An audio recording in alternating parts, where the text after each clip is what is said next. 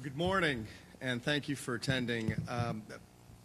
The main speaker today is Mayor Carolyn Kirk of Gloucester, Mass., and she's going to do most of the talking. So I just wanted to do a quick audience participation question thing. So it does involve hand raising, but only 2 questions. So the first one is, in your city and town that you're representing or that you live in, is the municipality responsible in some way, shape, or form for the collection or the disposal of residential garbage? Just a show of hands. Okay, thank you. Second question, as John alluded to, how many of you would like to see the volume of that trash and the costs associated with that cut in half, recycling rates depending on where you are today possibly doubling or tripling, and doing all that without spending $1 of capital or changing any of the infrastructure that you have now? So a show of hands. That is fantastic for 2 reasons. One, that means you're in the right room, and secondly, I am in the right room, which I always worry about when I give speeches. So I am glad that I'm in the right spot. The other reason that it's important, if we can do this, is that most of you, obviously because you're here, have been involved in looking at ways to reduce waste. And some folks I know that I talked to in the back of the room have already done some really amazing things in their town. But over the past 40 years, and I use that as kind of a benchmark. Okay, Kim, you're going to have to tell me why that's moving. Over the past 40 years, a lot of effort has gone into reducing solid waste. So there have been recycling coordinators, recycling education, all kinds of things have gone into that. And the net result of that is, if we go back 40 years ago and we had done none of that, none of the, the Earth Day events, none of the education, we'd be at 1,100 pounds per capita disposal.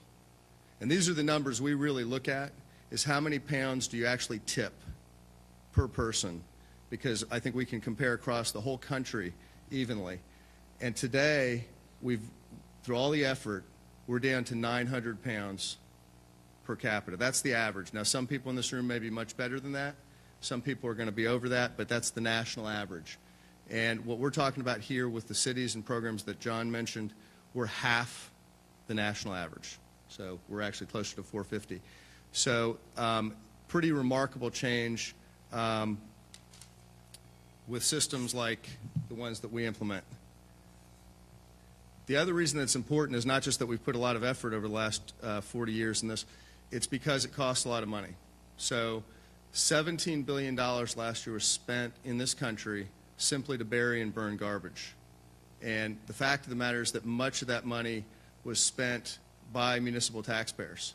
So again, when we talk about cutting something in half, think about cutting that number in half. And then even, kind of on a larger scale, when we think about the global market for trash, the global cost to bury and burn trash, the UN came out with a study a few months ago that said by the year 2020, because of all the emerging markets, the amount of trash, or the cost to bury and burn garbage worldwide, will be $200 billion a year. So you talk about waste. I mean, it is incredible the amount of money that we spend just to bury and burn garbage. And that's not including collection costs and transportation costs. So, and we know most of it can be recycled or composted, and we know that there are other costs than just money. So we know the environmental costs. Everybody in this room, I'm sure, is well aware of that. The thing that I think about most is the natural resource loss that we give up when we don't recycle. It's substantial. We have some numbers that I'll shoot out at the end of this presentation regarding energy that's wasted by not recycling and throwing away natural resources that otherwise would save a great deal of energy. So I think before we get to the speaker, I just want to say that, what I'm talking about here is a proven system. Okay, it's a game-changing system, and it's a very simple system. It all stems from the fact that we do not price garbage properly at the residential level. We simply, all our company does, as from an economic perspective, is change the payment model to make it make sense and to give the proper incentives for individuals. Now, you know, when people think about that and they think about a prepaid garbage bag system, and again, doing this for 20 years with municipal government folks, I know that the first thing people think is, that might work in the person next to me's town, but it doesn't work in my town for 100 different reasons. And I'm here to tell you that working with, across the board, we work with 800 municipalities as a company, that whatever that reason or objection that you're concerned about in your mind, I'd like to ask you to try and take it out and just believe for a minute that we've probably heard it before, and that what our company's done over the past 20 years is try to figure out how to solve those objections and those challenges that you see. So one of the things that, and so that's and I just want to point out that's if you have automated systems, if you have 3-bin systems, if you have, it doesn't matter what you have, you don't have to change it. We're talking about changing the payment model. One of the things that is important to mention here is that our speaker had already had in her town, the payment model had already changed slightly to a fairly inefficient change of the payment model. And what happened in the city of Gloucester was the payment model was changed to the prepaid bag program that we recommend. And our speaker today, Mayor Kirk, will elaborate on how that change happened in her town and the results of that. And Mayor Kirk is a very well-respected mayor here in the state. And when she made this change, this is important for those of you who are run for office, she was a first-term mayor, a very courageous first-term mayor, to do what was right for her taxpayers. And the good news is that now she's a very popular third-term mayor. So it just shows that making good decisions sometimes, even if they're challenging, can be the right thing to do for everyone. So Mayor Kirk, welcome. Thank you.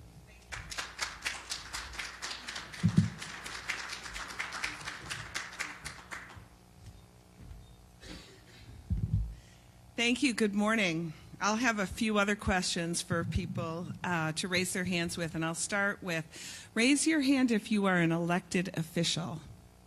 Okay, good. My people. You know, because this is, the rubber meets the road, you know, when you have to answer to your citizens. And, you know, we have a fiduciary responsibility and we have other responsibilities to our communities. So I'm going to take you through one case study from our city of how we were able to successfully implement the, and do we have one? Where'd it go?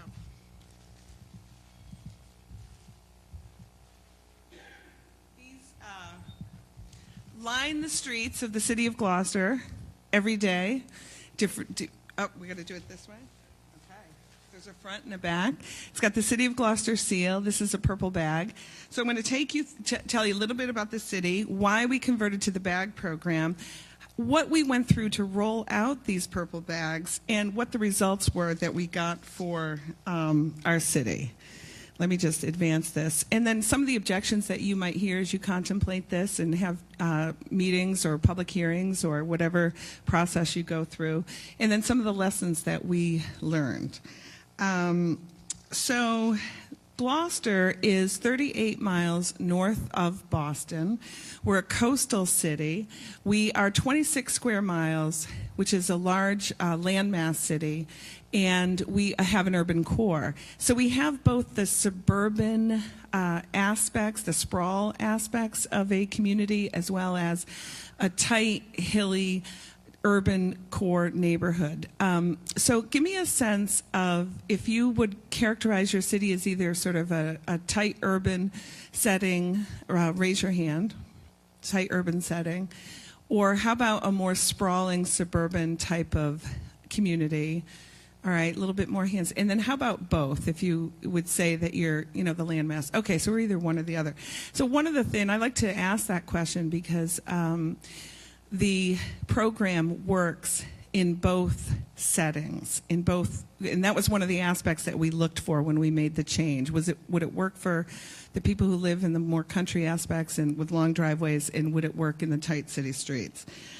We have about 13,000 households, about 30,000 residents, and we're a community with what I like to think of as progressive values. So we are implementing wind turbines, solar panels, and so it was easy to introduce this type of change to the community because it fit with our values as a community, and this is a progressive program.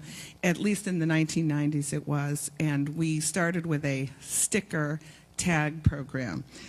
And we were early adopters of a pay-as-you-throw program. And I just want to level set on what the program was. And what we're talking about today is a household program, and the exclusions were, and you can imagine, the nonprofits, so churches, clubs, that sort of thing.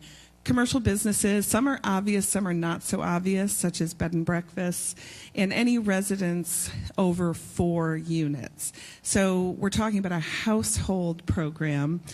And the problem was that lots of exceptions were being made throughout the year. So this is a little laundromat, and there's a couple apartments up top.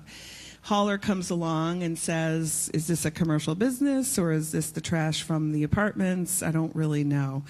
And we'll talk about the piles of trash in a second.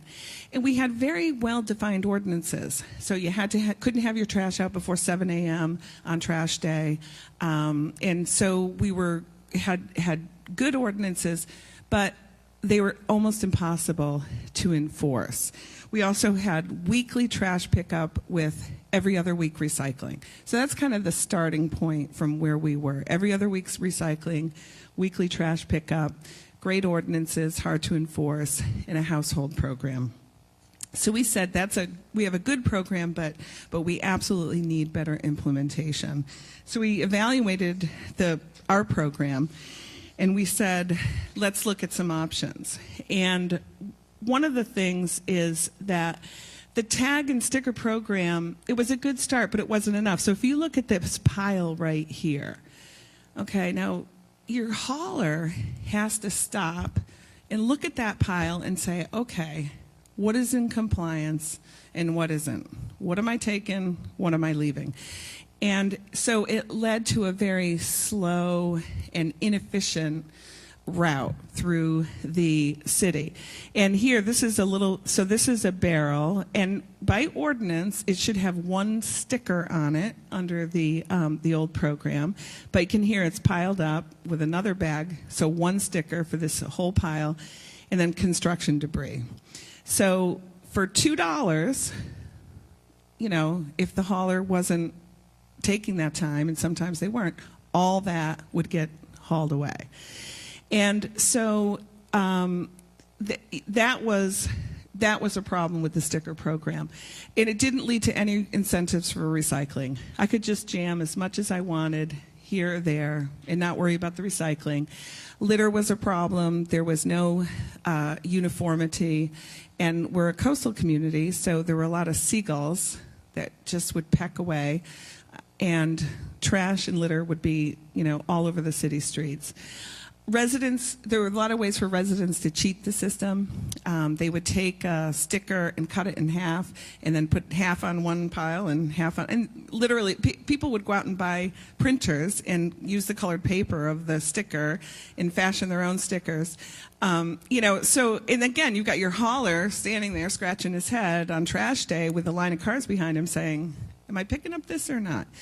And so there were, and also your hauler can cheat the system. They can, say, all right, well, all the garbage is the same. I'm just going to pick up a few of my commercial customers on the city's residential trash route. And that was happening in the city of Gloucester. We also lost revenue in a number of different ways.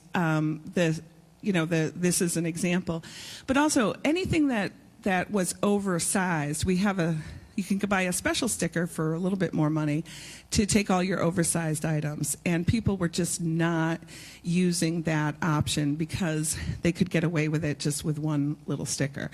So we absolutely saw a number of reasons of why we needed to move forward on our pay-as-you-throw program. Just want to make sure I cover. So when we rolled it out, one of the things is we already had a pay-as-you-throw. You had to buy the sticker, and that was your contribution if you're a resident to have your trash removed. So we already have been through that piece of it, but let me just ask you, raise your hand. I think when Mark asked the question, almost all the hands went up that everybody in this room pretty much has responsibility for trash collection or disposal. But raise your hand if it is a law or an ordinance in your community that the municipality is obligated to provide collection or disposal services. Okay, so probably about maybe less than a third. So when we talk about, and you convince your community to move to a pay-as-you-throw in a climate like this, it's an optional city service for many people in their communities. And so when you talk about what's a core city service, trash becomes a discussion point that says, do we really need to continue this? And if we do, the costs are unsustainable, and so the resident has to participate. And by the way, to abandon that service in your community can be a mistake.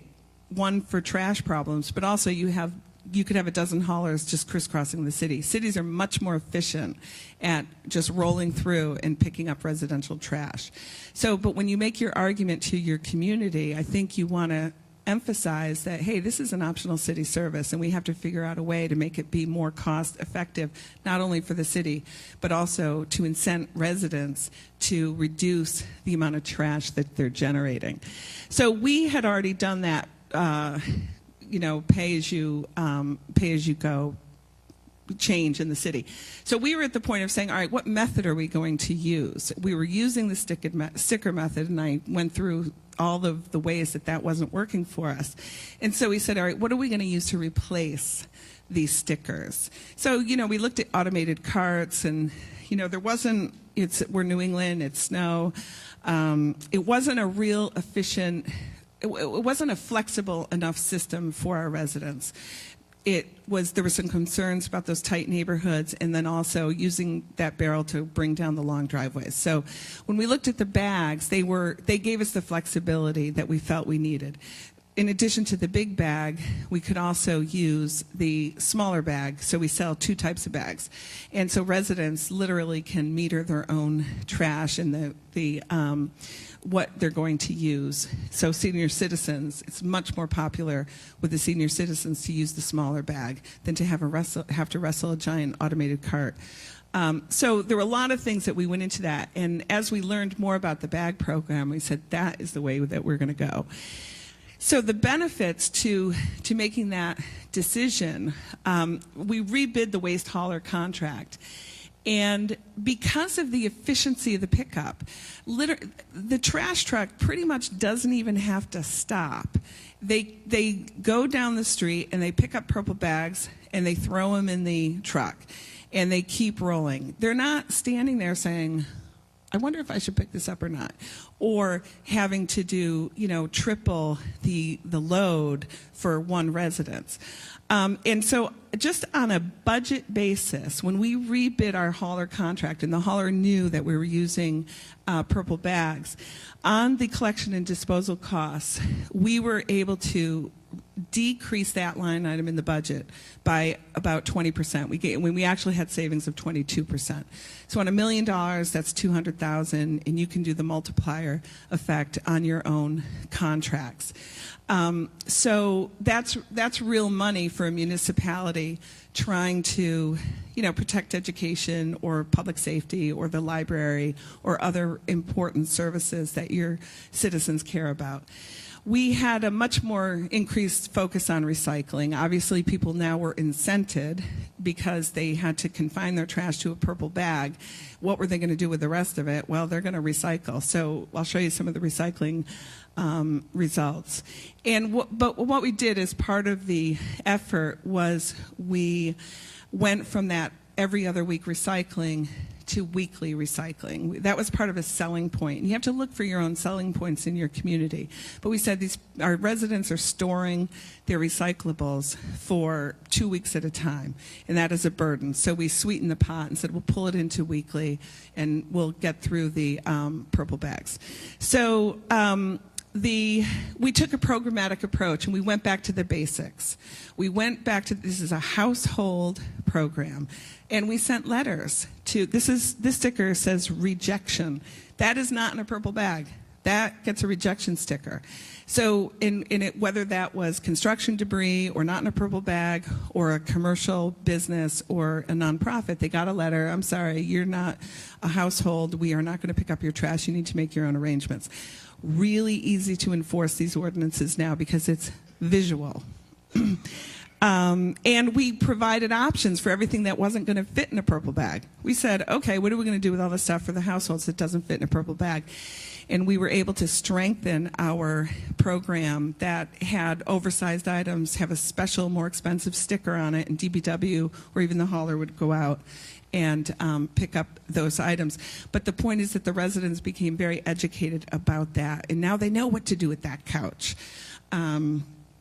And we're there to pick it up. So we had two types of results, financial success and quality of life success. And I want to take you through I call them triggers, and you have to look for your own triggers. And I was actually talking to John, and he said that they have a savings calculator at the WasteZero booth, and I would encourage you to go to that booth and put in some of the factors and calculate some of your savings. But here's some of the savings that we saw. That when we rebid the hauling contract, the gross savings was 22%, but the tip fee came in 21% lower. And that was important because our tonnage just dove. Our tonnage, and I'll show you, it would cut in half. So between the contract amount and the tipping fee and the reduction in the tonnage, that's where we saw the real savings. And you can see we had almost a 30% decrease in tonnage annually, so 6,000 tons in 3 years. And so our disposal costs were reduced by a huge amount, 38%. Those stickers that go on those oversized things, that revenue went up 125%. I mean, those stickers were just flying off the shelves because people now had an option for getting rid of the things that couldn't fit in a purple bag. So that was just kind of a bonus. And one of the things that we support the program with is a full-time waste and recycling coordinator, and she's here with us today, Rose LaPiccolo. Rose, raise your hand and give a wave. But support of the program, and that's a key part, is this is the sticker that can go on that mattress, and here's the day you got to put it out, and all the rules and regs around that. And then one of the things that we saw, and we weren't sure we were going to see this, was an increase in revenue on the actual pay items. So we thought we were going to lose money because we would sell less purple bags than we were selling stickers, okay? And you would think that because we're taking so much waste out of the waste stream and having it be recycled that we would lose. But we actually grew our revenue by 5% because what was happening is what would take one sticker before now took 3 purple bags. So that equalized itself out. And so we saw revenue increase there, cost reduction here, cost reduction here. So all those together, and you have to look at your matrix, like I said, to find out what your factors are going to be. They're going to drive your costs down or raise your revenues. So the quality of life benefits were cleaner streets on trash day. Literally, the bags are buttoned up nice and tight. And so that means there's less litter every day. The bags are easy to get. There's a pride in recycling because we put out unbelievable recycling numbers, and the community takes pride in that. People know what to do with those other trash items. This is the tonnage piece. So we had been doing a decent job, but then it just dropped completely. First year of the program, dropped again, and now it's kind of stabilized. And that's real money. That's real dollars that you can budget on and and divert those savings to protect other services that are important, like I said, to your community. Nobody minds getting stuck behind the trash truck anymore because it's just rolling through the streets quickly. And again, you can invest in other services. So some of the objections that you might hear is, well, the bag is too big and too heavy. I'm a senior citizen. Can I get a smaller bag? Yes, you can. How do we handle low-income populations, shelling out $10 or $5 or whatever it is a week? And this was back to that programmatic aspect where we did a reset on the program. We just set the expectations and said, this is how trash is going to be handled in the city of Gloucester, and you must use a purple bag. And you must buy those bags. But let me have Rose talk to you or pull a neighborhood meeting together and teach you about recycling and really spending the time in some of these neighborhoods to say that, you know, because the recycling can be a little bit daunting. And so spending time and teaching people how to put less in the purple bag so they have to buy fewer purple bags and getting more into the recycling buckets. English-speaking, non-English-speaking populations handled it just like we do every other program that has a diverse audience and non-English speakers. So we didn't do anything special, but we did follow city procedures and standards around that. Illegal dumping, that was one of the objections. Well, no one's going to want to buy the bag. They're going to throw their trash in the woods. Well, and I love this picture because this is the woods, and there's a purple bag. That's dumping. I'm like, they bought the bag, and then they put it on the. I mean, it's, you know, it's ridiculous. There has been no issue at all with illegal dumping, and you know, again, some people are like, purple, really? And of course, I nicknamed them the Barney bag because I have young children who used to watch the Purple Dinosaur, and so, but there's a certain fondness for them now. And once you kind of level set the expectations, you say this is how we're going to handle household trash in this community. People really like the program. You know, at the beginning it was a little challenging, and it's a lot of chatter. But do they comply? Absolutely. Do they get a rejection sticker when they don't comply? And does their trash sit there that they now have to store for another week? Absolutely. And then they buy their purple bags. It's kind of like, you know, enforcing the bans on snowstorms. The city used to be terrible at this. And I said, all right, well, we're just going to tow the cars. First snowstorm, we towed 138 cars. Second snowstorm, 2 cars got towed. Now, of course, we found the municipal parking lots to put their cars in during these snow events, but everyone was complaining about how we weren't doing a good job plowing the streets. I'm like, well, if you moved your car. Anyway, so it's that people kind of get that. People have certain common sense, and they have an absolute sense of equity. If your neighbor puts out a hefty bag and you put out your purple bag, and the hauler comes and picks up that hefty bag, that black hefty bag, that neighbor that bought the purple bag is really mad. People respond to that sense of equity, and that's what was happening with the sticker program. It's not fair that they put out this giant mound for $2 and I put out my little mound for $2. So, you know, as people kind of see the implementation and the equity aspect of it, they really appreciate it, and they'll start to police the program themselves. And they'll call Rose and say, hey, the hauler picked up a hefty bag. And, you know, so that's a phone call out to the hauler saying, you know, you can't do that. So run your numbers. Know what your triggers are. Know where you're going to see the biggest result. Talk to other communities. Find out what they're doing. And every community is unique, but there's going to be a common thread in many communities on what's going to work and what isn't going to work. You have to really dig inside your waste hauling contracts. Really know what the financial factors are within there. And a constant education program, of course. And, you know, the retailers. So we were in the business of selling stickers, delivering them, collecting the money, doing the accounting. It's a nightmare. We do not want to be in that business. And so what we have in our partnership with WasteZero is they handle all the store sales. The bags go directly from WasteZero to the stores, and they handle all the money aspects, and our residents just go to the store and they buy their purple bags. And the city is completely out of that loop, which I'm very, very grateful for, because we don't do a good job with it. And they'll do the visitation and the proper, one of the questions from the retailers is storage. Well, I got to store all these purple bags. They come in nice, tight little rolls. And WasteZero works with the stores to say, all right, we'll just do some just-in-time inventorying, or, they just work it out for the stores. Plus the foot traffic on Sunday night to get your purple bags for Monday morning is, is a benefit. You don't have to do this by yourselves. Your hauler is a great partner. If you don't have a good relationship with your hauler, the drivers, the guys picking up the trash, you want to make sure that that's strong, because they're your eyes and ears on the street.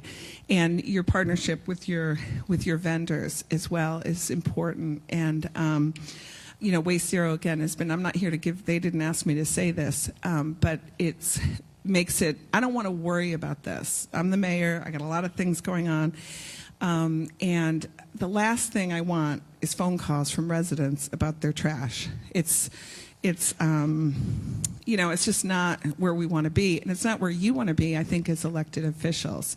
You want to be talking about positive investments in your city, and this kind of thing, if it doesn't go well, can just bog you down. So there's a lot of support. And the last item is just have the courage to make a move and make a decision like this. And for me, you think it's a big deal and you have the backlash, and you just have to have the courage to walk through the door, because then when you walk through the door and you come on the other side, you're a freaking genius, because you've saved money, you have, reduced the amount of trash going to the landfill, you've increased your recycling, you've completely streamlined the efficiency of the pickup on trash day, and that's what's on the other side, and I know that that's not really always apparent in the midst of residents who are screaming and yelling about any kind of a change, but it's absolutely been worth it in the city of Gloucester. So with that, I'm going to turn it back over to Mark.